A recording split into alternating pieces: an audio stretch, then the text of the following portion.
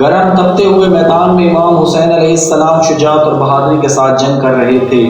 ذوالفقار کی تیز دھار کی وار ایسی تھی گویا آسمان سے بجلی گر رہی ہو۔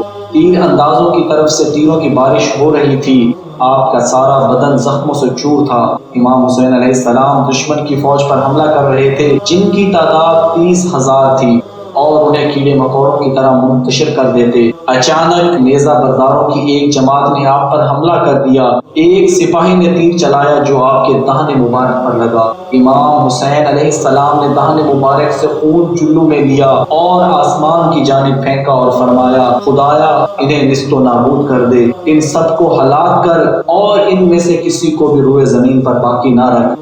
نبی کریم صلی اللہ علیہ وآلہ وسلم کے پیارے نواسے کو اس بے رحمی سے کیوں شہید کیا گیا تھا؟ آپ میدان کربلا کیوں پہنچے؟ آپ کو شہید کرنے والا لشکر کون تھا؟ اور مسلمانوں نے حسین علیہ السلام کا ساتھ کیوں نہیں دیا؟ ان حقائق کو اس ویڈیو میں ہم مکمل جاننے کی کوشش کریں گے اور کربلا کے اس عظیم واقعے کو مختصر پیش کریں گے۔ واقعہ کربلا صرف تاریخ اسلام ہی نہیں بلکہ تاریخ انسانیت کا بے حد دردناک واقعہ ہے۔ یہ دنیا کا واحد ایسا واقعہ ہے جس سے عالم کی تمام چیزیں متاثر ہوئی۔ آسمان متاثر ہوا، زمین متاثر ہوئی، سورج اور چاند ایسے متاثر ہوئے کہ شفق کی سرخی نے آسمان لال کر دیے۔ یہ وہ غم انگیز اور دردناک واقعہ تھا جس نے جاندار اور بے جان کو خون کے آنسو رلا دیے، جس کا پس منظر نبی کریم صلی اللہ علیہ وآلہ وسلم اور آپ کی اولاد کی دشمنی تھی۔ نبی کریم صلی اللہ علیہ وآلہ وسلم کی وفات ہوئے 50 سال گزر چکے تھے۔ آپ صلی اللہ علیہ وآلہ وسلم کے نواسے امام حسین نماز مغرب کے مصلی پر تشریف فرما تھے۔ مسجد میں حکومت کا ایک سپاہی جوتوں سمیت اندر داخل ہوا اور اپنی کمر سے خط نکال کر امام حسین کی طرف پھینکتا ہے۔ امام حسین علیہ السلام نے خط کو اٹھایا اور خط پڑھنے کے بعد فرمایا، اِنَّ لِلَّهِ وَإِنَّا إِلَيْهِ راجعون۔ عبداللہ نے پوچھا کہ اس میں کیا لکھا ہے؟ فرمایا، شام کا حکمران ابو سفیان نہیں رہا، گورنر نے ہمیں بلایا ہے۔ امام حسین علیہ السلام حاکم مدینہ ولید کے پاس پہنچے۔ ولید نے کہا، یزید بن معاویہ حکمران بن گیا ہے، اس کی بیعت کیجیے۔ امام حسین نے جواب دیا کہ اہل بیت نبوت کسی کی بیعت نہیں کریں گے۔ امیر معاویہ نے اپنے بعد اپنا جانشین اور عالم اسلام کا خلیفہ اپنے بیٹے یزید کو مقرر کر دیا اور مسلمانوں سے کہا کہ وہ فیصلوں کو قبول کر لیں۔ اس وقت مدینہ میں جید صحابہ کرام موجود تھے۔ مدینہ کے جید صحابہ نے یزید کے ہاتھوں بیعت کرنے سے انکار کر دیا تھا، جن میں حضرت حسین ابن علی، عبداللہ ابن زبیر اور عبد الرحمن بن ابی بکر کے نام بہت اہم ہیں۔ صحابہ کرام کی مخالفت کی وجہ یہ تھی کہ امیر معاویہ نے اپنے بیٹے کو اگلا خلیفہ مقرر کر دیا تھا جو اسلام، مزاج اور شریعت کے خلاف سمجھا گیا۔ اس سے پہلے کسی بھی خلیفہ نے اپنی اولاد اور رشتہ دار کو اپنا ولی عہد اور اپنے بعد خلیفہ منتخب نہیں کیا تھا۔ یہ فیصلہ حضرت حسن کے ساتھ ہوئے معاہدے کے خلاف تھا۔ جب یہ خبر کوفہ پہنچی کہ امام حسین ابن علی نے یزید کو خلیفہ تسلیم کرنے سے انکار کر دیا ہے تو اہل کوفہ جو امام حسین سے بے حد محبت و عقیدت رکھتے تھے مختار سقفی کے گھر پر جمع ہوئے اور سلمان ابن سرد رضی اللہ تعالیٰ عنہ نے امام حسین کو کوفہ آنے کی دعوت دی۔ آپ نے امام حسین کو خط لکھا کہ آپ کوفہ تشریف لائیں، ہم آپ کے ہاتھ پر بیعت کریں گے اور آپ کو خلیفہ تسلیم کریں گے۔ روایتوں میں آتا ہے کہ کوفہ سے تقریباً 18,000 خطوط حضرت امام حسین کو موصول ہوئے۔ حضرت حسین نے کوفہ جانے کا فیصلہ کیا۔ امام حسین کے نزدیک یزید کا خلیفہ رہنا ظالم حکومت کو تسلیم کرنا ہے۔ یزید کی خلافت اسلام اور شریعت کے خلاف ہے۔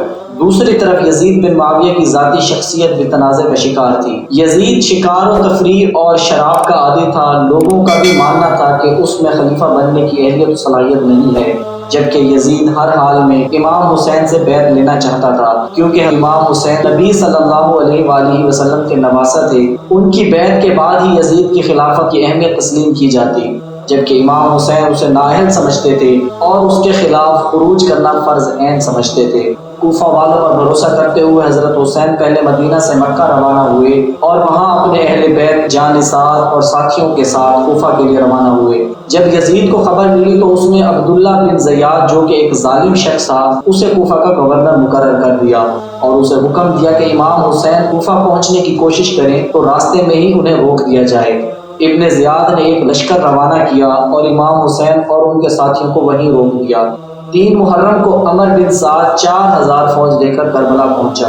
یزید اپنے گورنر کے ذریعے اپنی باتوں کو قبول کروانے کے لیے امام حسین پر دباؤ ڈالتا رہا۔ جب امام حسین نے یزید کی شرائط کو نہیں مانا تو آخر کار دشمنوں نے نہر فرات پر فوج کا پہرا لگایا۔ 7 محرم کے بعد حضرت حسین اور آپ کے پورے جانثاروں اور اہل بیت کو پیاسا رہنے پر مجبور کر دیا گیا۔ آپ کو نہر فرات سے پانی لینے کی اجازت نہیں تھی۔ 3 دن گزر جانے کے بعد جب امام کے گھر والوں کو پیاس لگنے لگی تو حسین علیہ السلام نے یزیدی فوج سے پانی طلب کیا۔ دشمن نے پانی دینے سے انکار کر دیا۔ دشمنوں نے سوچا کہ امام حسین پیاس سے ٹوٹ کر ہمارے تمام حالات کو قبول کر لیں گے۔ جب 3 دن کی پیاس کے بعد بھی امام نے یزید کی بیعت نہیں مانی تو دشمنوں نے آپ کے خیموں پر حملہ کرنا شروع کر دیا۔ امام حسین نے ایک رات کی مہلت طلب کی۔ عاشورہ کی اس رات حضرت حسین اور اہل خانہ نے اللہ کی عبادت کی اور یزیدی فوج کو مخاطب کر کے امام حسین نے ایک تقریر کی۔ یزید کی فوج پر اس تقریر کا کوئی اثر نہ ہوا، صرف حرہ بن یزید تمیمی پر اس تقریر کا اثر ہوا اور وہ یہ کہتے ہوئے امام حسین کی طرف آ گیا کہ یہ جنت یا دوزخ کے انتخاب کا موقع ہے۔ عاشورہ کے دن تک آپ کے تمام بیٹوں اور بھائیوں کو میدان کربلا میں شہید کر دیا گیا، جن میں علی اکبر عباس، علی اصغر، اون و محمد شامل ہیں۔ حضرت امام حسین اور ان کے ساتھیوں نے دشمن کی صفوں پر ٹوٹ کر حملہ کیا، شجاعت اور بہادری کی تاریخ رقم کر دی، لیکن ایک ایک کر کے سبھی بہتر جانثار شہید ہو گئے۔ آخر میں حضرت حسین علیہ السلام کو بھی دشمنوں نے چاروں طرف سے گھیر لیا، لیکن ان میں سے کوئی بھی امام حسین کو قتل کرنے کا گناہ اپنے سر نہیں لینا چاہتا تھا۔ آخر کار شمر الجوسن کے اکسانے پر زرہ بن شریک تمیمی نے یہ بدبختی مول لی اور حضرت حسین کے ہاتھ اور گردن پر تلوار سے حملہ کیا۔ سنان بن انس نے تیر چلایا، جس کے بعد امام حسین گر گئے۔ ان کے گرنے پر شمر آگے بڑھا اور اس ملعون نے امام حسین کا سر پیچھے کی طرف سے کاٹ کر جسم سے جدا کر دیا۔ عبید اللہ ابن زیاد کے حکم پر امام حسین کا سر الگ کر کے جسم کو گھوڑوں کے ٹاپوں پر رون دیا گیا۔ اس کے بعد تمام شہدائے اہل بیت کے سروں کو نیزوں کی نوک پر رکھ کر ابن زیاد کی دربار میں لایا گیا اور اس کے بعد آپ کے سر مبارک کو یزید کے دربار میں پہنچایا گیا۔ جب یزید نے امام حسین کے سر کو دیکھا تو اس پر چھڑیاں پھیرنے لگا اور کہا کہ ہمارے خلاف اٹھنے والے سروں کا یہی انجام ہوتا ہے۔ اس منظر کو دیکھ کر امام حسین کی بہن زینب کبریٰ کا دل تڑپ اٹھا۔ آپ نے دربار یزید میں ایک لرزہ امیز خطبہ دیا۔ اس خطبے کو سن کر یزید کے دربار میں موجود درباری اور اہل شام کے چہروں کی رنگت بدل گئی اور وہ پشیمان ہوئے۔ واقعہ کربلا کا بغور مطالعہ کرنے سے ہمیں یہ پتہ چلتا ہے کہ یزید نے امام عالی مقام کو آپ کے خاندان اور اصحاب سمیت بے دردی سے شہید کر کے خود کو فاتح اور خلیفہ برحق ثابت کرنے کی جو کوشش کرنا چاہتا تھا وہ اس کوشش میں ناکام ہوا۔ الٹا اس کی وہ وقتی جیت تھی، اس کی ابدی شکست اور رسوائی کا پیش خیمہ ثابت ہوئی، کیونکہ امام عالی مقام شہید ہو کر بھی لوگوں کے دلوں پر حق و صداقت کا عظیم مینار بن کر راج کرتے ہیں، جبکہ یزید بظاہر جنگ جیت کر بھی ازلی ذلت و رسوائی اور نجاست کی علامت بن کر رہ گیا۔ یہ جنگ دراصل امام حسین کی اب بھی فتح ثابت ہوئی۔